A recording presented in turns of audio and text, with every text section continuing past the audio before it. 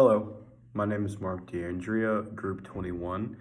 Our topic is which makes my pasta and bread cost more, Hessian fly versus Russian wheat aphid.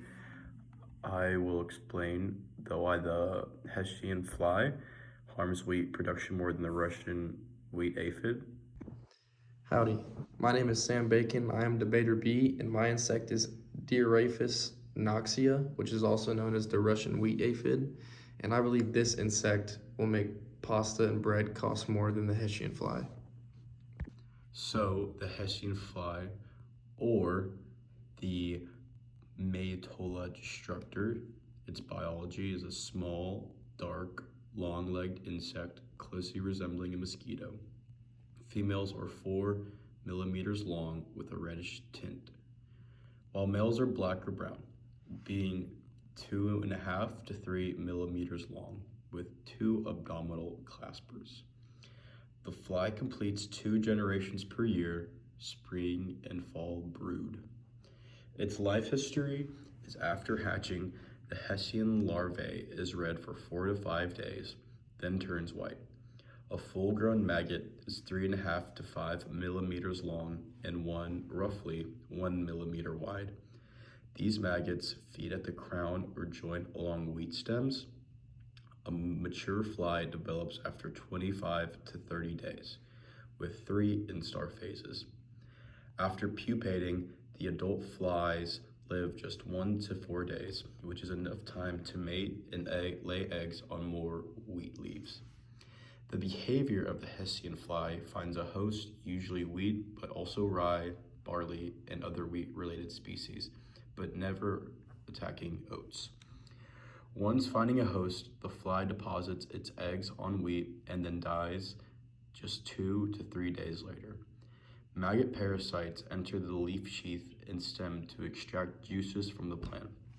The impact to human society is that since the Hessian fly's host is wheat and wheat-related species of plants, their larvae is able to extract juice that ends up killing wheat and infesting surrounding crops.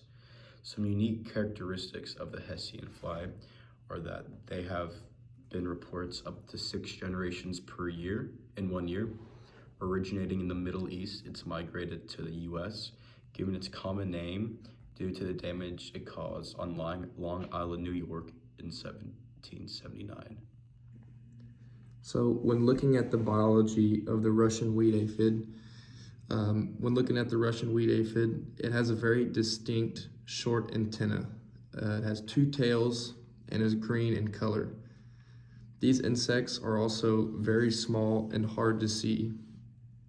This is a 1 to 2 millimeter size insect to be exact, and it might look similar to a green bug, but the Russian wheat aphid is missing the dark stripe down the middle of its thorax and abdomen. When looking at the life history, there's a very small male population of aphids in North America. Because of this, the females tend to reproduce asexually and end up producing twin daughters, but it can also reproduce sexually. It generally takes an aphid anywhere from 9 to 55 days to reach maturity and start reproducing. Their reproduction cycle happens between 60 and 80 days of their life, and reproduction tends to happen when it is anywhere from 15 to 21 degrees Celsius. If it is under 4 degrees Celsius, they will stop reproducing. Their behavior, Russian wheat aphids tend to feed on wheat plants that have been rolled up, and this creates some sort of protection from predators. Once infested, the leaves of the wheat discolor to turn a sort of purple or white coloration, and they do this all year long since they can survive in a very wide range of temperatures that they both live and mate in. For the impacts, the Russian wheat aphid have a massive impact on the wheat agriculture. This invasive insect can have a detrimental effect on the production of wheat, and because of this, on a bad year, the prices of wheat product can be through the roof or higher than normal. This also causes a strain on wheat farmers since that is their livelihood. My rebuttal to that information is while they are invasive and can crossbreed or reproduce asexually, their life cycles are not as rapid as the Hessian fly, which are only 1 to 2 days after pupating, which takes around 30 days. The Hessian fly uses wheat leaves to lay eggs and grow their larvae, meaning that the turnaround they have for getting eggs on wheat is high. A single female can lay about 200 eggs on a single wheat plant, where they will hatch in 10 days. The reason they are so harmful is because they not only consume the wheat, they actively release toxins into the wheat plant that kill or stunt the plant. You have some good points. However, just because the Hessian fly has a very quick growth process does not necessarily mean it is more efficient. Since the wheat aphid can reproduce asexually, it doubles its gene every time it reproduces. This means that it is easier to pass along any adaptations. Along with that, some of these aphids are starting to become immune to insecticides. Not to mention, the Russian wheat aphid is also super resistant to different climates. They can withstand temperatures below freezing, and when looking at the economical side of things, the Russian wheat aphid, Dioraphis noxia, claimed $1 billion in damage from 1986 to 1993. With their tolerance to insecticides going up as well, this also drives the price up to make sure that the aphids don't get out of control. Those are some very good points, but my rebuttal to that information is that while the durability of aphids in harsh climates is optimal for year-round infestation, that does not discredit the adaptability the Hessian flies are able to withstand. Coming from East Asia to North America and ending up in southern states such as Texas, the flies can emerge in temperatures of 45 to 50 degrees Fahrenheit, but also after spring rains. This durability, coupled with the harm it does to the wheat, not only by consuming the wheat, but by actively releasing its toxins, spreading that toxins in the wheat while it stunts or kills the plant outright. Those are great points.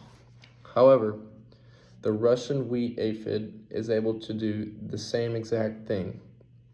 The only time the Russian wheat aphid is unable to reproduce is whenever the temperature drops below 4 degrees Celsius, which is also 39.2 degrees Fahrenheit. This is lower than the temperature that the Hessian fly is able to withstand. Like I mentioned earlier, Russian wheat flies are also from all around the world. They are very versatile and can survive many harsh climates, hence the name Russian wheat aphid. While the Hessian fly might make the wheat turn toxic, Dioraphis noxia kills the whole procedure of the wheat growing process once infected, thus driving the price up of wheat. Wow, those are some very good points. But I feel like if you hear this closing, it'll change your mind. The Hessian fly is used in research by attempting to mitigate the effects of the potential damages it could cause to wheat and wheat-related crops.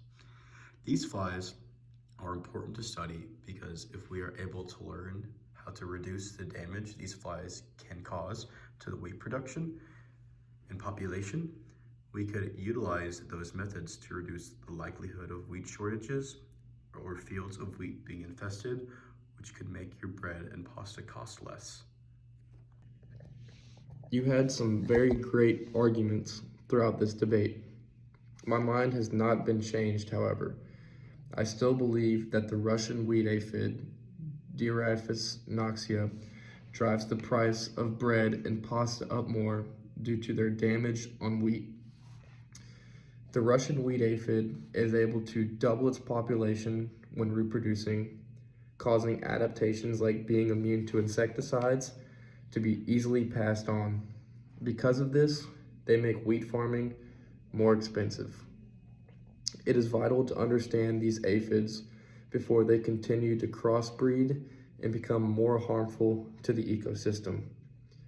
If there was no control on these insects, they would completely wipe out the supply of wheat, which in return causes the price of pasta and bread to be way higher than it is today.